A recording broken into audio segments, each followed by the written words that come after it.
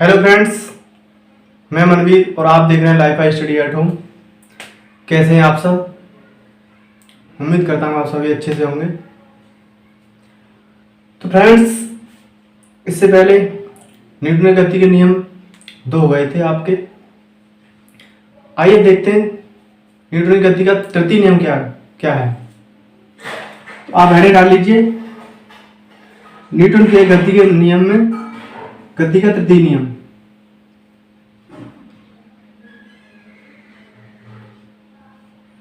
तृतीय नियम, न्यूटन की गति के 3 नियम थे। पहला था जड़त्व का नियम, दूसरा नियम था F बराबर ma, या फिर किसी पिंड पर कोई जब फोर्स लगाते हैं वो उस पिंड पर संवेग में परिवर्तन की दर के समानुपाती होता है। ये दूसरा नियम था। तीसरा नियम क्या? गति का तीसरा नियम कह लो, या फिर इसे क्रिया प्रतिक्रिया का नियम भी कहते हैं। क्रिया प्रतिक्रिया का नियम, क्रिया प्रतिक्रिया का नियम।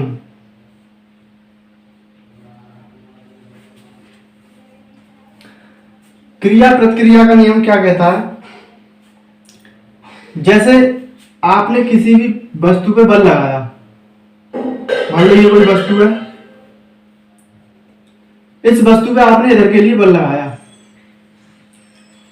तो क्रिया प्रतिक्रिया का नियम यह है कि आपने अगर इस पे इधर इस दिशा में बल लगाया तो ये वस्तु भी आप पर इस दिशा में बल लगाएगी।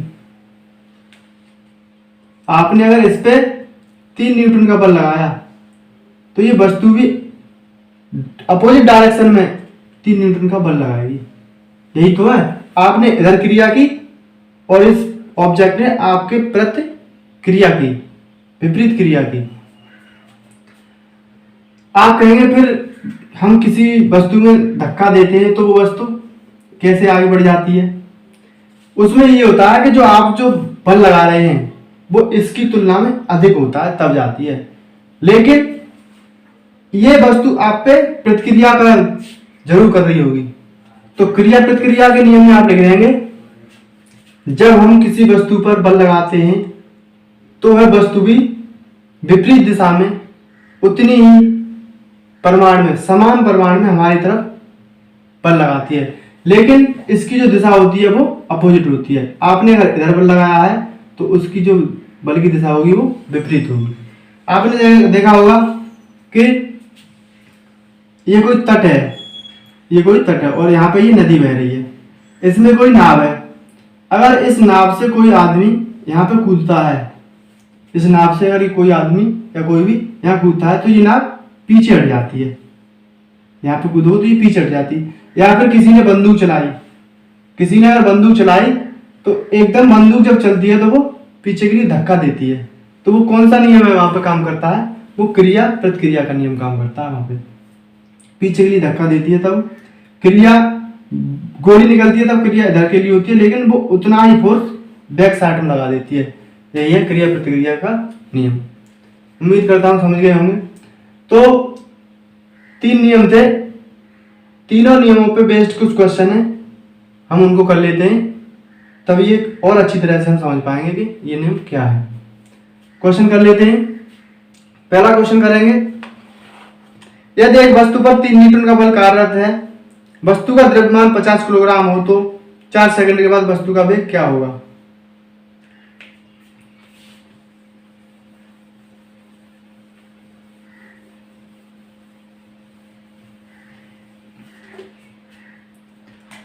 क्वेश्चन है, फोर्स जो लग रहा है उसको कितना लग रहा है?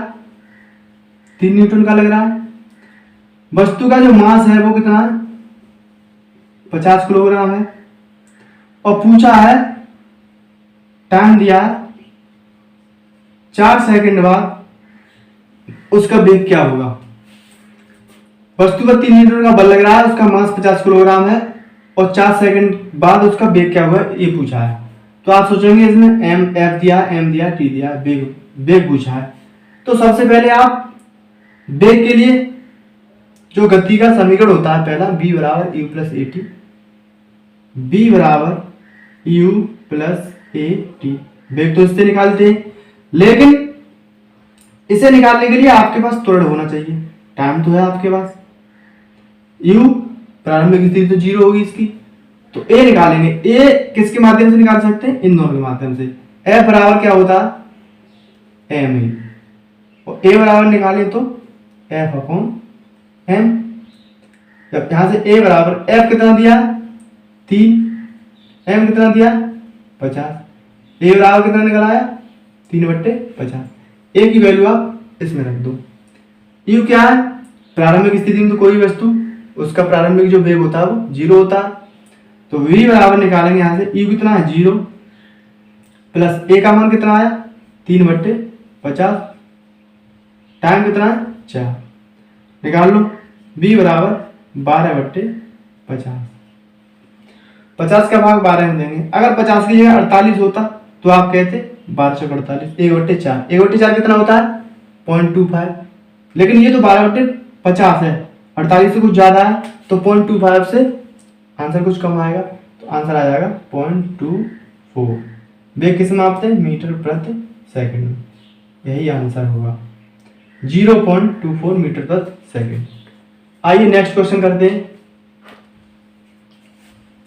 नेक्स्ट क्वेश्चन है, अच्छा क्वेश्चन है। 36 न्यूटन का कोई बल एक वस्तु में 18 मीटर प्रति सेकंड स्क्वायर तथा दूसरी वस्तु में 9 मीटर प्रति सेकंड स्क्वायर का त्वरण उत्पन्न करता है। यह दोनों वस्तुएं एक साथ बांध दी जाए तो वह बल कितना त्वरण उत्पन्न करेगा? अच्छा क्वेश्चन है, देखिए। आरआरबी जो एलबी के 2018 में एग्जाम हुए थे उसमें आया हुआ क्वेश्चन है, ये इंपोर्टेंट है।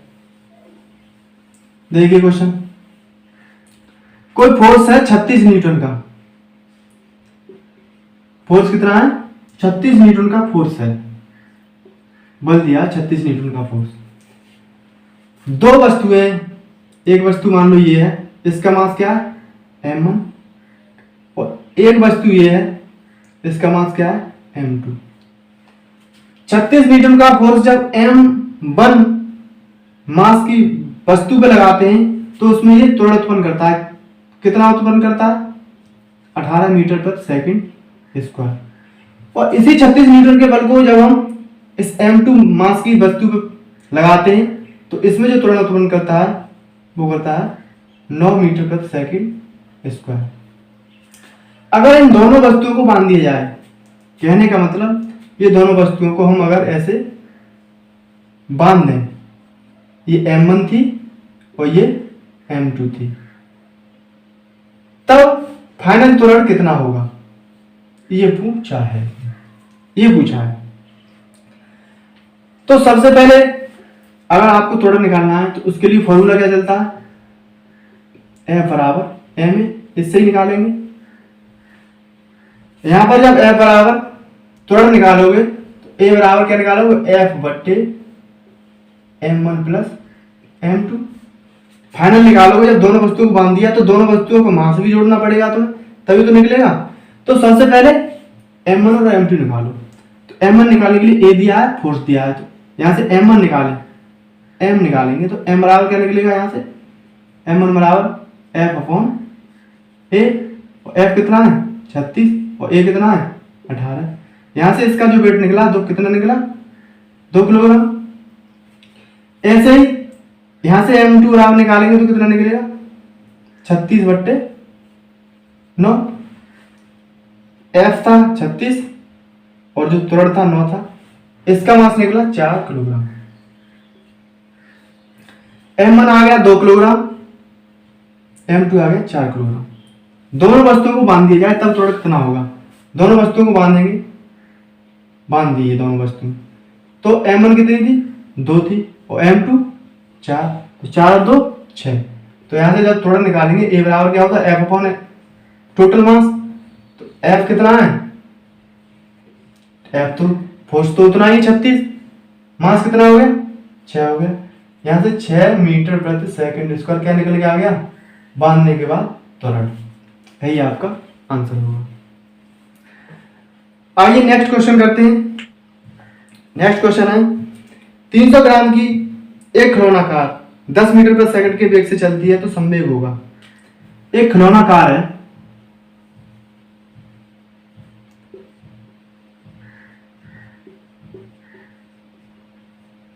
एक खिलौना कार है, वजन कितना है इसका? 300 ग्राम वजन है। वेट दिया है,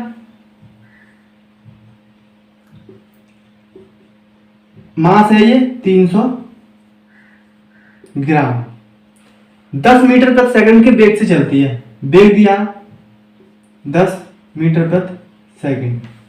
पूछा क्या संवेग कितना होगा? संवेग का फॉर्मूला क्या होता है? P बराबर mv, संवेग बराबर mv। अब m यहां पे ग्राम में दिया है और v मीटर प्रति सेकंड दिया है, लेकिन तुम्हारे ऑप्शन किस में दिए हैं सब? किलोग्राम मीटर प्रति सेकंड में। तो m को भी ग्राम से आपको किलोग्राम में लाना होगा, तो इसे किलोग्राम में लाने के लिए इसमें 1000 से भाग देंगे। जब 1000 से भाग देंगे तो ये कितना निकलेगा? 0.3 किलोग्राम।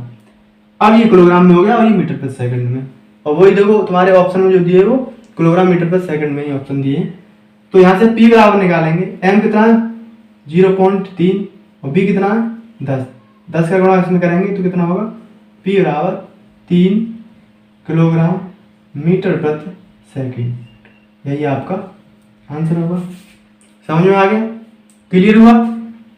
आइए नेक्स्ट क्वेश्चन करते हैं। नेक्स्ट क्वेश्चन है, एक लड़का जिसका द्रव्यमान 50 किलोग्राम है 100 न्यूटन के बल से दौड़ता है, उसका त्वरण ज्ञात कीजिए। एक लड़का जिसका द्रव्यमान 50 किलोग्राम है 100 न्यूटन के बल से दौड़ता है, त्वरण कितना होगा? कोई लड़का है,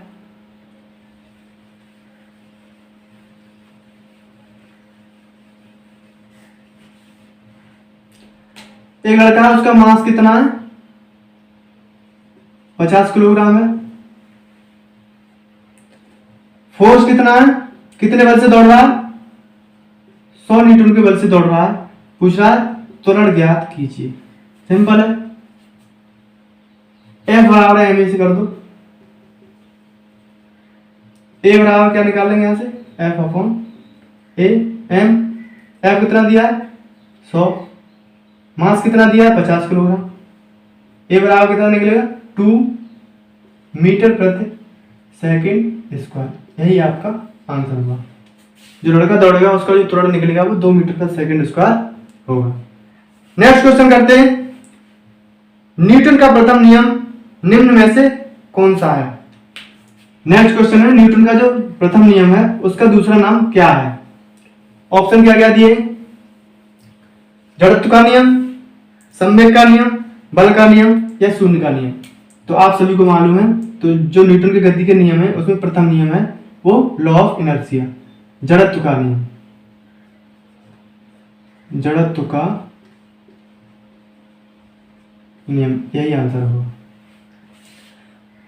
नेक्स्ट क्वेश्चन है, किलोग्राम मीटर प्रति सेकंड स्क्वायर मात्रक है। अच्छा क्वेश्चन है, देखो किलोग्राम मीटर प्रति सेकंड स्क्वायर यूनिट किसकी है? ऑप्शन दिए, पहला क्या ऑप्शन है? संवेग, दूसरा गति, तीसरा त्वरण और चौथा बल। 4 ऑप्शन यही दिए, संवेग, गति, त्वरण, बल। थोड़ा सा अलग है, ऐसे ही क्वेश्चन बनते हैं उसमें। आप लगा के चले आएंगे कि ये है, लेकिन आप लगाएंगे ऐसे और एग्जाम कर देगा ऐसे।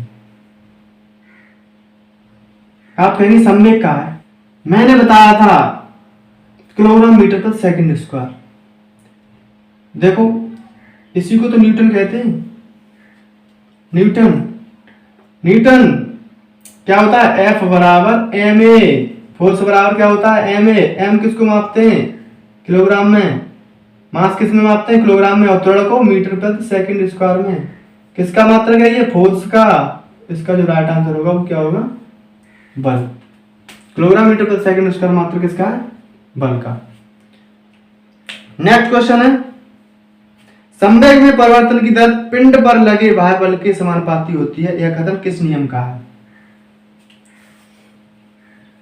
संवेग में परिवर्तन की जो दर होती है वो फोर्स के समानुपाती होती है, यह जो कथन है वो कौन से नियम का है? तो गति का जो प्रथम नियम है वो आपको मालूम है, जड़त्व का नियम। जड़त्व का नियम क्या है? जड़त्व का नियम ये कहता है कि अगर कोई भी वस्तु विराम में है तो विराम में रहेगी, अगर कोई वस्तु गतिमान है तो वो गतिमान अवस्था में ही रहेगी जब तक आप उस पर कोई भार बल नहीं लगाएंगे। ठीक है, पहला नियम हो गया। दूसरा नियम क्या बताया था? दूसरा नियम बताया था कि जो फोर्स लगता है किसी वस्तु पे, दूसरा नियम बताया था ये कोई मास है और ये दूसरा कोई मास है, तो इसका m द्रव्यमान है और ये इसका जो प्रारंभिक वेग होगा वो u होगा, इसका m द्रव्यमान होगा और इस पे जब फोर्स लगा t समय के लिए जब आप कुछ फोर्स लगाएंगे तो इसका वेग v हो जाएगा। तो प्रारंभिक संवेग और अंतिम संवेग में जो परिवर्तन की दर होगी वो किसके बराबर होगी? इसके बराबर होगी। संवेग में परिवर्तन की दर फोर्स के समानुपाती होगी। समानुपाती का चिन्ह हटा के मैंने बताया था क्या आता है? एक आता है, तो एक को क्या मान लेते हैं? कांस्टेंट। तो F बराबर संवेग परिवर्तन बट्टे डेल्टा टी, मतलब समय। तो यही है इसमें क्वेश्चन में क्या पूछा है? संवेग में परिवर्तन की दर पिंड पर लगे बाह्य बल के समानुपाती होती है, कथन किस नियम का है? तो लगा देंगे गति के द्वितीय नियम का। गति के द्वितीय नियम का। नेक्स्ट मिलेंगे कैपिटल जी क्या है? सार्वत्रिक गुरुत्वाकर्षण नियतांक कैपिटल जी। एकदम डिटेल के साथ पढ़ेंगे, इसका मान कितना है और कहां से निकला, बिल्कुल डिटेल में विद एनिमेशन के। आज के लिए इतना ही, फिर मिलते हैं next video next time. Thank you. लेकिन प्लीज़ आप हमारे चैनल को सब्सक्राइब कर लीजिए, ऐसी अच्छी नई वीडियो एकदम डिटेल के साथ फुल डिटेल में लेके आएंगे। Thank you.